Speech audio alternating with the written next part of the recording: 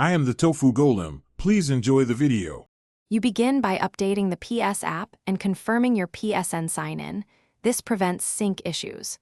Once the app is current, open Account Settings and choose Consoles to view registered systems.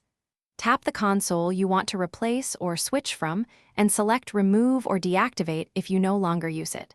Do this now to free the license slot. Make sure both devices remain online because the app queries the console status in real time and needs that connection to proceed. Now you'll add the new console.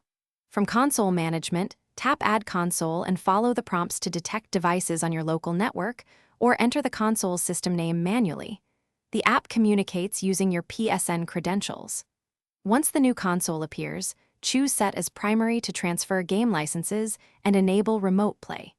If you plan to use SharePlay or Remote Download, confirm those features after activation. Remember that making a console primary affects who can play your digital game. Finish by verifying your library loads and Remote Play connects.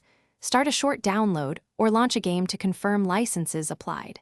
If something fails, sign out of PSN on both devices, reboot your router and consoles, then sign back in and reassert the primary setting.